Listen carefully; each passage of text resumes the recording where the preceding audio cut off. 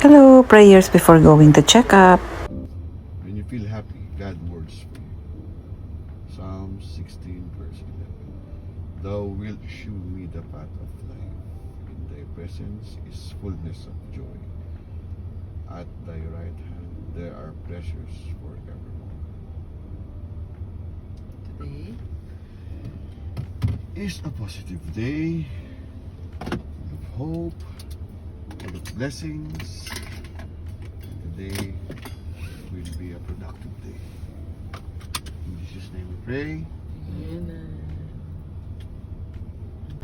Hello po, salamat sa magandang umaga, magandang buhay, bagong pag-asa. Ito na po kami sa Tawam Hospital for checking. Kasi bago ka mag-chemo, kailangan mo muna magpa-check up, pakuha ng dugo. So, and the good news is, ang ganda ng result ng first and second chemo ko. Halos nawala na yung bukol ko. At nag-negative na yung ibang result ko. Lord, thank you so much. Salamat po sa mga lahat ng taong nagdasal sa akin. Salamat po sa inyong lahat. Pauwi na kami, mag-quick meal lang ako. Thank you. turn right. Aantayin na lang namin yung result ng blood test ko. Pag nag-okay siya, so schedule na for third chemo. God is really alive. Sobra akong nagulat sa result ng mga test ko. Nag-negative siya lahat. Maraming salamat, Lord God.